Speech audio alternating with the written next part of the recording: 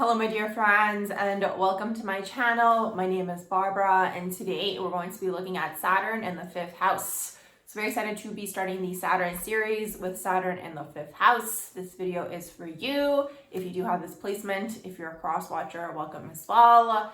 After this video, if you are interested in learning more about Saturn, I do have an additional video that I filmed way back all about the transits, all about the karma, and what Saturn really means, because I know a lot of people freak out when they hear about Saturn. So I'll be putting that either in the description box below or in the comments below, so definitely check it out if you're interested in learning more. So let's go ahead and jump right into it. Saturn in the 5th house. So overall, Saturn deals with our karma, it deals with restrictions, and also it tends to be the area that you have a lot of struggles in this lifetime. Now, what's important to understand is if you do have a lot of struggles in a certain area, you're actually meant to master exactly that. So overall, the 5th house is ruled by Leo and the sun. So what does this deal with? It deals with our identity, okay? It deals with our ego. It deals with us, okay? Shining, being here, being the life of the party. It deals with creativity. It can deal with your inner child and children as well. So overall, your karma that you're dealing with in this lifetime is going to be in this particular area when you do have Saturn in the 5th house. Now, one more thing I do want to point out also is that Saturn deals with the father. If you have Saturn retrograde in your natal chart, this means it is an absence of a father figure early on in life. It could be mental, emotional, or a physical absence. So this overall does deal with the father. If the roles were reversed, okay, in your home, it's whoever was the dominant masculine role. Now, because it is karma around the father and it is the 5th house, you may have had a father that was very egotistical, maybe even narcissistic, didn't allow you to shine, okay? There was some sort of even like competition with the child, okay, where they wanted to shine, they wanted to be the star, and they kind of push you down. And overall, you guys in turn have this inner voice now, okay, where you guys are very, very much insecure in this area, okay? You're insecure to shine, even though you have this deep desire to be seen, okay? That's the whole thing with the 5th house. The 5th house does deal with that creative aspect, so you guys can be very talented in this area. You guys can be highly creative. You guys can be very much expressive. Maybe you might be interested in theater or acting or just being a leader in one way, shape, or form. But because you have this struggle, okay, it's the area that you're meant to master. And the thing is, you're going to constantly be struggling with that ego. That is the shadow trait of Leo. Ego and pride could get in the way of a lot of opportunities for you guys in your life. And this is why astrology is great. Because as soon as we do learn these shadow traits that we may possess, we learn to integrate them, okay? That's the whole thing here. And it's kind of like you guys have to be okay with shining. That's the thing here, because the desire is going to be there. Now, the thing is, if it doesn't get expressed in the positive way, it goes into the negative way, which is kind of like drama or just like, doing like random things to get that attention that you're seeking. That's the thing. Leo wants to be seen, okay? They want to have a stage. If they're not on a stage, they're going to create a stage for themselves. So in your life, some struggles that you may deal with are confidence issues. It could be identity issues. You could have that narcissistic voice, okay, in your head, okay? As I was mentioning earlier, it doesn't necessarily have to be the father, okay? It can be whoever was the dominant masculine role in the home or their lack of. Because again, it does deal with the father, the Saturn. So if there was an absence, it's kind of like you didn't have that guidance, okay, that masculine guide. So it's like you're insecure in this sense. You have to work and develop that masculine internal energy, okay? It's all about the solar plexus when we're talking about Leo. So that's the whole thing that's happening here when you do have Saturn in the 5th house. There's going to be karma around this, karma around your identity, karma around ego, huge fear of rejection.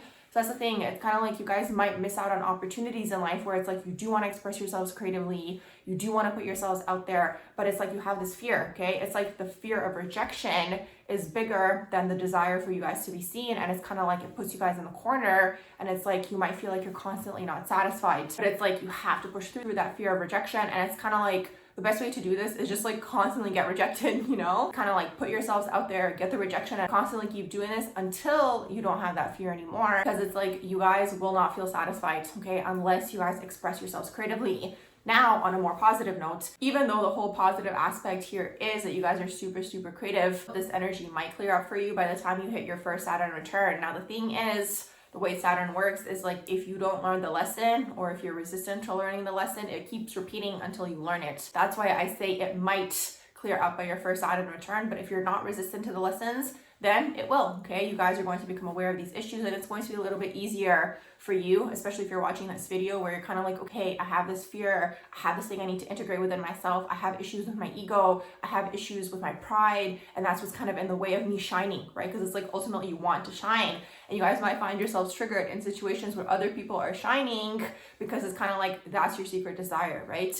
It's like you want to be seen in this way, but it's like you have these things that are holding you back. That's really what Saturn's working on for you guys. Now, another thing, Leo, okay, the 5th house, does deal with love and relationships as well. So because you have Saturn in the 5th house, there might be a lot of karma in this area for you guys to clear. Doesn't necessarily mean that you guys are going to have to go through a lot of partners. Doesn't mean there's going to be a lot of karmic partners. But what it can mean is that you guys are going to have a hard time in relationships, in the sense where it's like you might have a hard time putting yourselves out there, or you might have a hard time going through breakups, or you might take breakups really hard, okay? Because again, it's like that rejection, okay? It's like when something doesn't work out, it feels like you've been rejected. So it's like in relationships and love and dating, you guys might have a hard time. You guys, again, might not put yourselves out there because it's like there's a fear of rejection looming, okay, in the energy again. So this is something to keep in mind and to watch out for. Again, the more that you get rejected in life, the less that you care about it. So it's like the more that you put yourselves out there, the less you're going to be affected and the less you're going to take it to heart.